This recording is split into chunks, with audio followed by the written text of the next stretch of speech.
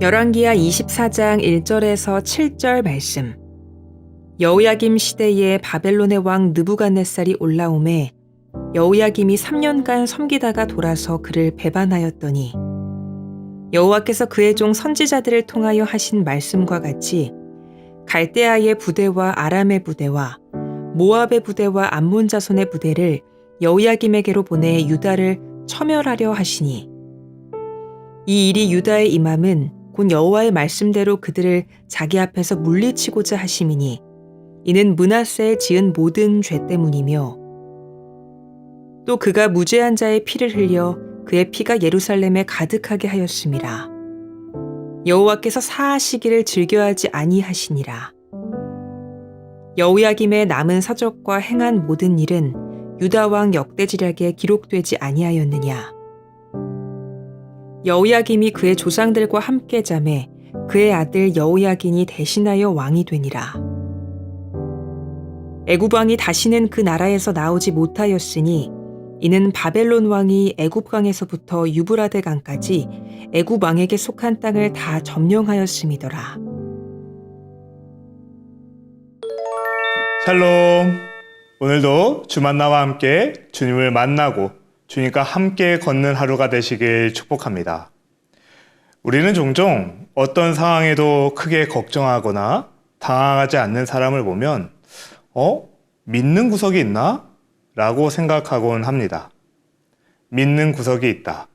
즉, 문제가 생겼을 때 도움을 받거나 기댈 만한 대상이 있다라는 뜻입니다. 그 대상이 나를 도와줄 거라 믿기에 걱정하지 않는 것이죠. 오늘 본문 속 유다의 왕 여호야김 역시 믿는 구석이 있었습니다. 그러나 안타깝게도 그 대상이 하나님은 아니었습니다. 바로 애굽이었죠. 애굽은 자신의 형제이자 선왕이었던 여호아스를 3개월 만에 폐위시키고 지금의 여호야김을 유다의 왕으로 세운 나라입니다.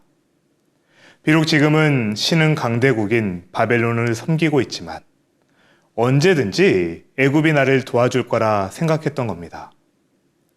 그래서 여호야김은 애굽을 의지하여 바벨론에 반역을 일으키죠. 그러나 이러한 결정은 결국 유다를 멸망길로 나아가게 만듭니다. 오늘 우리는 애굽을 의지했던 여호야김의 어리석음을 통해 두 가지 교훈을 얻고자 합니다. 첫째, 내가 의지하는 대상이 나를 움직인다라는 겁니다. 애굽은 오래전부터 중동 지역의 패권을 장악한 나라였습니다. 그런데 아수르가 쇠퇴하면서 신흥 강대국인 바벨론이 등장하죠. 유다를 포함한 주변의 나라들은 이제 애굽과 바벨론 사이에서 눈치를 볼 수밖에 없는 상황이 되었습니다. 그러던 중 바벨론이 유다를 공격해왔고 여호야김 역시 바벨론 왕 느부갓네살을 섬길 수밖에 없게 됩니다. 본문 1절 말씀입니다. 여호야김 시대에 바벨론의 왕 느부갓네살이 올라오매 여호야김이 3년간 섬기다가 돌아서 그를 배반하였더니 바벨론을 섬기던 여호야김이 3년 만에 바벨론을 배반합니다. 바벨론의 입장에선 반역을 일으킨 것이죠. 바벨론은 신흥 강대국입니다. 주변의 나라들이 벌벌 떠는 막강한 나라이죠. 어떻게 작은 나라에 불과한 유다가 반역할 수 있었을까요? 바로 믿는 구석이 있었기 때문입니다. 여호야김은 애굽을 믿었습니다. 애굽이 우리를 지켜줄 것이다. 그렇게 생각하며 반역을 일으킨 겁니다. 오늘 본문 어디에도 하나님을 의지했다는 말이 없습니다. 여호야김은 아버지 요시아와 달리 하나님을 떠나 우상을 숭배한 왕이었죠. 그렇게 그의 결정에는 하나님이 없습니다. 어려운 상황 속에 즉시로 애굽을 떠올렸고 애굽을 의지했고 애굽을 믿기에 반역을 일으켰습니다. 우리 역시 마찬가지입니다.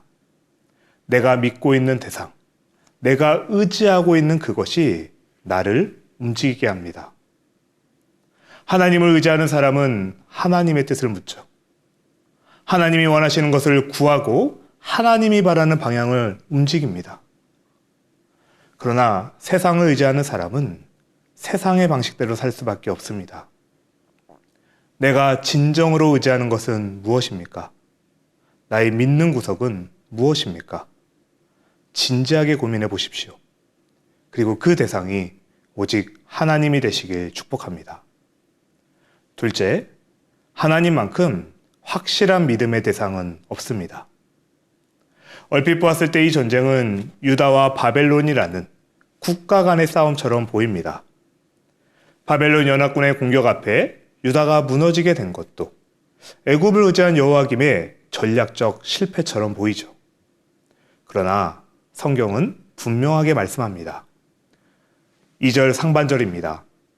여호와께서 그의 종 선지자들을 통하여 하신 말씀과 같이. 이 모든 일은 우연히 일어난 것이 아닙니다. 하나님께서 이미 선지자들을 통해 말씀하신 대로 일어난 사건이죠.